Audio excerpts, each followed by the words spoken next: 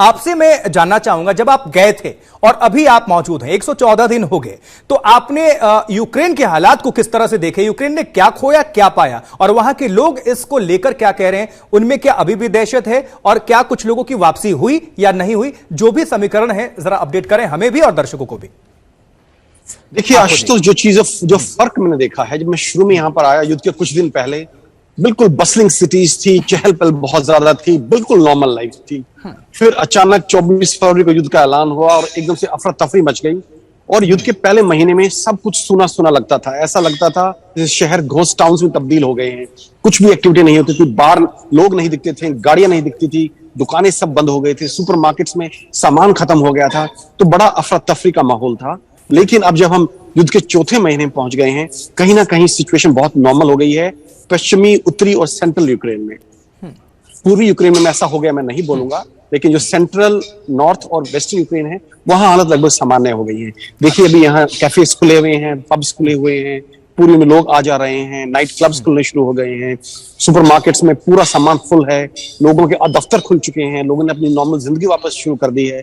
बहुत से लोग जो युद्ध के दौरान छोड़ के चले गए थे वो वापस आ गए हैं। अच्छा। तो कहीं ना कहीं लगभग 90% स्थिति कीव में जो है खासकर, और पश्चिमी यूक्रेन में है, लवीव वगैरह में, वहां लगभग आप मान के चलें कि 90% जिंदगी नॉर्मल हो गई है, नॉर्मल ढर्रे पर लौट आई है।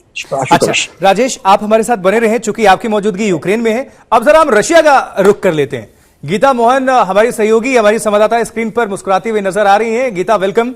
और आपसे मैं जानना चाहूंगा, चूंकि पूरे दर्शक यहां पर देख रहे हैं, सुन रहे हैं, और उनको भी मैंने इन्वॉल्व किया है कि वो भी अपनी प्रतिक्रिया लिखें।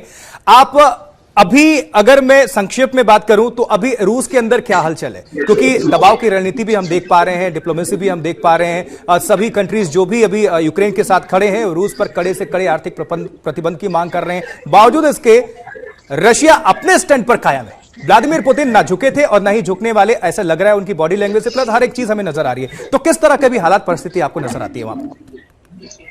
देखिए शुभांकर, अभी मेरे पीछे जो चल रहा है वो आज लगता है कि कुछ ऐसा है। गीता मोहन, मैं बता दूं कि मैं आशुतोष आपके साथ मौजूद हूं।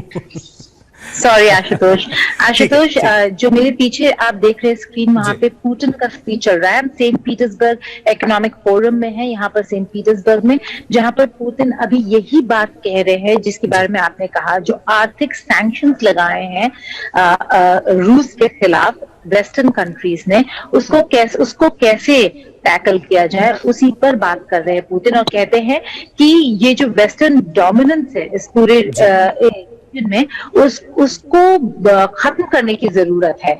रूस अपने इंटरेस्ट को देखेगा और बाकी देशों पे सुनने के बजाय अपने जो इंटरेस्ट है उसमें उनके फायदे में क्या है उसको देख के चलेगा। लेकिन जैसे राजेश और हम कई हफ्तों से बात कर रहे हैं, यहाँ पर सबसे बड़ा मुद्दा ये है कि जो कैप्चर टेरिटरीज है, जो डॉनबास और क्राइमिया से बाहर है, ज़ैपोरिज़िया, खेरसन, मिकोलाइव के कुछ इलाके, ओडेसा अभी भी उनके कंट्रोल में नहीं है, उन इलाकों का क्या होगा? ऐसा लगता नहीं है, यहाँ पर आप रूस आए तो आपको पता चलेगा कि ऐसा लगता नहीं है कि रूस इन कैप्चर टेरिटरीज को वापस करने वाला है। क्यों? क्योंकि कई सारे ऐसे सोल्जर्स हैं जिन्होंने अपनी जान गंवाई इन टेरिटरीज को कैप्चर करने में। तो अभी हमारे पीछे पुतिन यही बोल रहे हैं कि वो इस डिसीजन को रिग्रेट नहीं करते हैं। ये बहुत इंपॉर्टेंट डिसीजन था रूस के लिए और जो ये वेस्टर्न हेजेमनी है उसको तोड़ने के लिए। जी गीता, चूंकि वक्त की कमी है और राजेश हमारे साथ बहुत देर से जुड़े हुए हैं और उन्होंने वहां से पूरे हालात और जो भी अपडेट है दर्शकों तक पहुंचाए। एक आखिरी सवाल मैं आपसे लेना चाहूंगा, जो मैंने राजेश से ही लिया था, चूंकि आप रूस में मौजूद हैं। यूक्रेन पर देखिए हमले को लेकर कई देशों ने रूस पर आर्थिक प्रतिबंध लगाने की मांग की और लगाए भी, लेकिन भारत रूस के साथ व्यापार करने और विस्तार करने की योजना बना रहा है। तो भारत ने जब रूस के सामने रुपए और में व्यापार करने का यह प्रस्ताव रखा, अगर यह प्रस्ताव हो जाता है, दोनों देशों के बीच आपसी सहमति बन जाती है, तो दोनों देशों के लिए यह कितना बड़ा फायदेमंद सौदा साबित हो सकता है? जरा इसको दर्शकों को बताएं। देखिए आज अगर आशुतोष आप देखें जो पेट्रोल के प्राइसेस बढ़ रहे हैं भारत में, उसका असर आपको पॉलिटिकल इम्पैक्ट आपको देश में नजर आ रहा होगा। तो काफी स्थिति जो है नाजुक है भारत के लिए इकोनॉमिकली। ये अगर रूस और भारत के बीच में, यहाँ पर हम कई सारे, यहाँ पे मनसुख मांडविया जो हमारे मंत्री हैं वो आए हुए थे, उन्होंने भारत को रिप्रेजेंट किया यहाँ सेंट पीटर्सबर्ग में, और सबसे ज्यादा बात फूड सिक्योरिटी और एनर्जी सिक्योरिटी पर हुआ कि खाने के जो पदार्थ है वो काफी उनके प्राइसेस बढ़ रहे हैं और फ्यूल के प्राइसेस बढ़ रहे हैं। रूस और भारत अगर रूबल ट्रेड करने लगेंगे तो फिर उनको काफी आसान होगा, क्योंकि भारत यूनाइटेड स्टेट्स, यूके और यूरोपियन यूनियन के सैंक्शंस को नहीं मानता। वो ये कहता है कि अगर आप सैंक्शंस लाना चाहते हैं किसी देश के अगेंस्ट, तो वो आप संयुक्त राष्ट्र के सैंक्शंस लाइए, उनको हम मानेंगे। आप अपने यूनिलैटरल सैंक्शंस लाएंगे तो हम उन्हें नहीं मानेंगे।